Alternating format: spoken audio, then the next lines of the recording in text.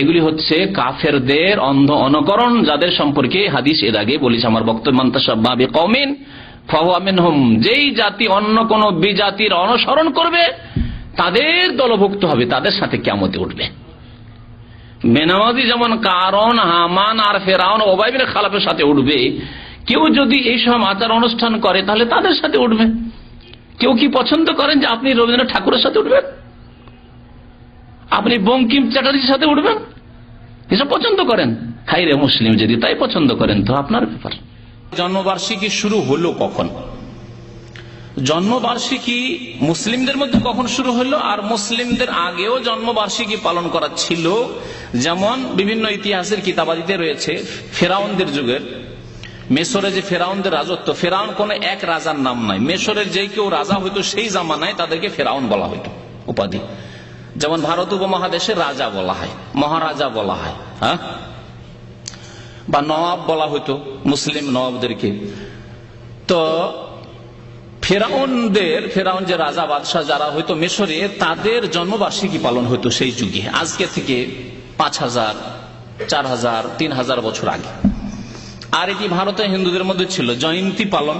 আজ পর্যন্ত হিন্দুদের ক্যালেন্ডার যদি কেউ দেখে থাকেন, ভারতের ক্যালেন্ডারগুলি, ভারতের যে কোনো ক্যালেন্ডার, বাংলা ক্যালেন্ডার নেন আর অন্য কোনো ক্যালেন্ডার নেন, হিন্দি ক্যালেন্ডার নেন, ভারতের ক্যালেন্ডারে গোটা মাসে এমন কোন দিন পাবেন না যেদিন কারো জয়ন্তী অথবা মৃত্যুবার্ষিকী নেই।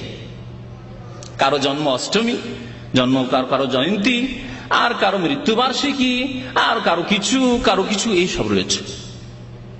জি,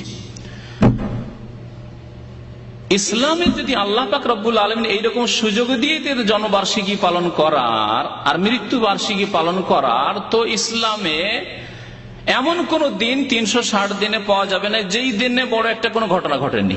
হয় কোন সাহাবীর জন্ম হয়েছে, আর না হলে কোন সাহাবীর ইন্তেকাল হয়েছে, না হয় কোন জিহাদে বিজয় লাভ হয়েছে, বিজয় দিবস, স্বাধীনতা দিবস, আর অন্য কোন দিবস, এই নামে পালন করতে করতে দেখা যেত যে সারা বছর মুসলিমদেরকে এইসবই পালন করতে হইতো।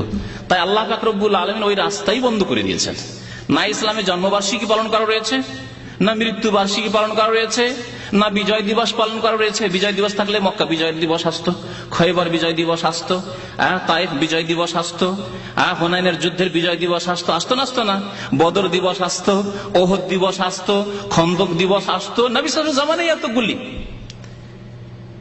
19-এর বেশি যুদ্ধ নবী সাল্লাল্লাহু আলাইহি ওয়াসাল্লামের জামানায় হয়েছে। তারপরে সাহাবায়ে কেরামদের জামানায় কত যুদ্ধ হয়েছে, জিহাদ ফি সাবিলিল্লাহ হয়েছে। খোলাফায়ে রাশিদিনদের পরেও যুগ যুগ ধরে, উমাইয়ার যুগে, আব্বাসীদের যুগে জিহাদ ফি সাবিলিল্লাহ বহু হয়েছে।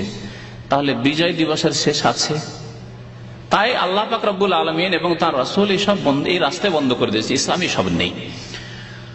জন্মবার্ষিকী প্রাচীন যুগ থেকে কাফেরদের মধ্যে চলে আসছিল, তারপরে চলে আসে জন্মবার্ষিকী খ্রিস্টানদের মধ্যে, ফেরাউনদের থেকে আসে খ্রিস্টানদের মধ্যে। খ্রিস্টানরা শুরু করে ঈসা আলাইহিস সালামের জন্মদিবস পালন করা 25শে ডিসেম্বরে, যেটিকে কি বলে তারা?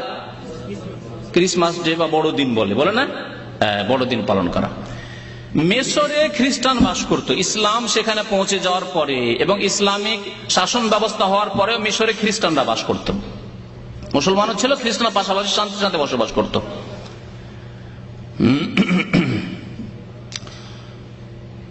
মিশরে চতুর্থ শতাব্দীতে অর্থাৎ চতুর্থ শতাব্দীর শেষ দিকে, অর্থাৎ নবী করিম সাল্লাল্লাহু আলাইহি ওয়াসাল্লামের প্রায় কাছাকাছি 400 বছর পরে, 100, 200, 300, 400 বছর পরে কাছাকাছি, মিশরে মুসলিম নামে একটি গোষ্ঠীর রাজত্ব কায়েম হয়, যাদের আসল নাম হচ্ছে ওবাইদি বংশ।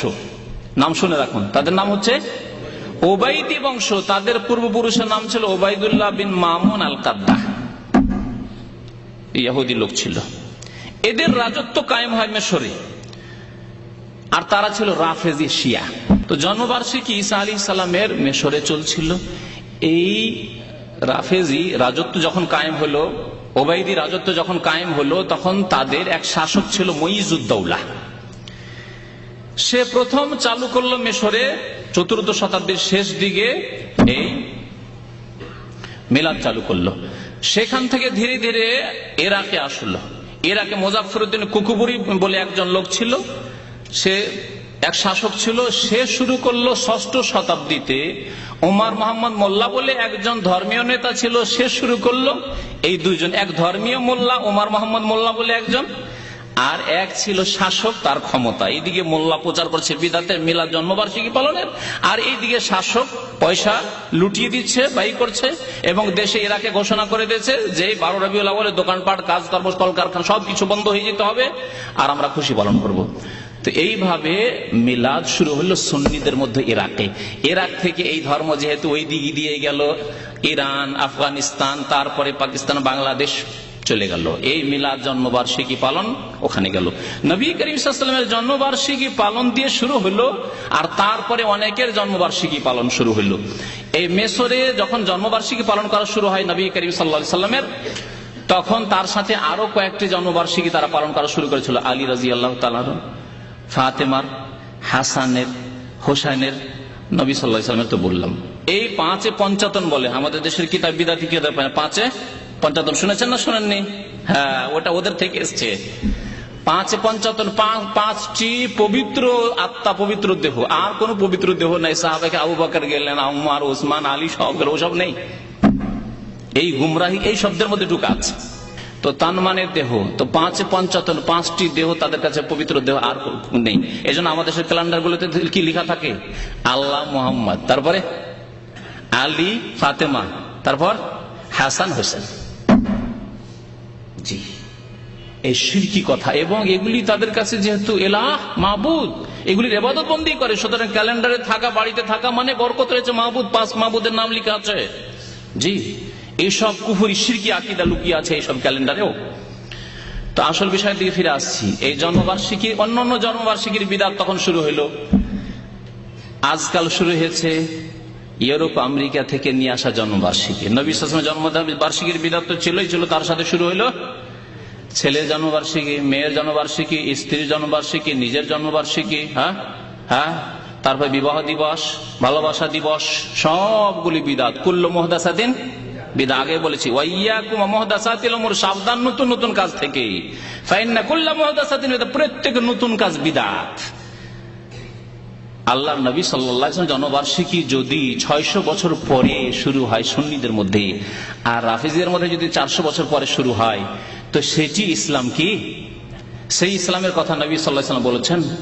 তাহলে দেখেন, 400 বছরেও যদি যারা শুরু করেছে, তখন 4 ইমাম, ইমাম আবু হানিফা রহমতুল্লাহ আলাইহি, ইমাম শাফি রহমতুল্লাহ আলাইহি, ইমাম মালিক রহমতুল্লাহ আলাইহি, ইমাম আহমদ বিন হাম্বল রহমতুল্লাহ আলাইহি, সবার ইন্তেকাল হয়ে গেছে।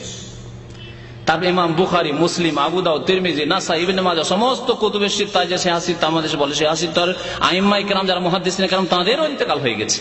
তাহলে স্বর্ণযুগ, সাহাবায়ে কেরামের যুগ শেষ, তাবেঈনদের যুগ শেষ, তাবেঈনদের যুগ শেষ, তারপর আইম্মায়ে কেরাম, মুহাদ্দিসিনদের যুগ শেষ। তাদের যুগে এই জন্মবার্ষিকী নবী সাল্লাল্লাহু আলাইহি ওয়াসাল্লামের মিলাদের স্বপ্নই তারা দেখেননি। তাহলে এর নাম সুন্নত না বিদআত? আর এর পরিণাম কি? জান্নাত না জাহান্নাম? কুল্লু মুহদাসাতিন বিদআহ, কুল্লু বিদআতিন দালালাহ, কুল্লু দালালাতিন ফিন্নার। কথা আর লম্বা করছি না, আশা করি বুঝার জন্য এতটুকুই যথেষ্ট। নবী সাল্লাল্লাহু আলাইহি ওয়াসাল্লামের ভালোবাসা সবচাইতে বড় প্রমাণ হচ্ছে নবী সাল্লাল্লাহু আলাইহি ওয়াসাল্লামের তরিকায় চলা, নবী সাল্লাল্লাহু আলাইহি ওয়াসাল্লামের অনুসরণ করা। আল্লাহ বলছেন, ইন কুনতুম তুহিব্বুন আল্লাহ, তোমরা যদি আল্লাহকে ভালোবাসো, তাহলে এর প্রমাণ হচ্ছে কি? আল্লাহকে ভালোবাসার দাবি করো, তাহলে ফাত্তাবিউনি, হে মুসলিম, হে আমার উম্মত, ফাত্তাবিউনি, আমার অনুসরণ করো, তাহলে ইউহিব্বুকুমুল্লাহ, আল্লাহ তোমাদেরকে ভালোবাসবেন। ওয়া ইয়াগফির লাকুম যুনুবাকুম, আল্লাহ তোমাদের গুনাহ খাতা মাফ করে দেবেন। আর নবীর যদি অনুসরণ না করেন, নতুন নতুন কাজ করবেন, বলছেন নবীকে ভালোবাসি বলেই তো আমরা মিলাদ করছি।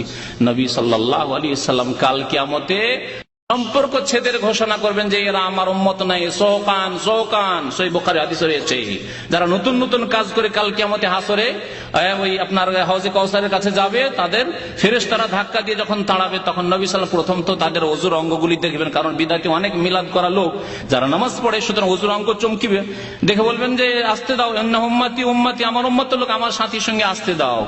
তখন ফেরেশতারা বলবেন, ইন্নাকা লা তাদরি মা আহদাসু বাদাক, হে নবী আপনি জানেন না যে আপনার পরে এরা নতুন নতুন কি কাজ করেছে, আপনার তরিকার উপর ছিল না, এরা নতুন তরিকা আবিষ্কার করেছে।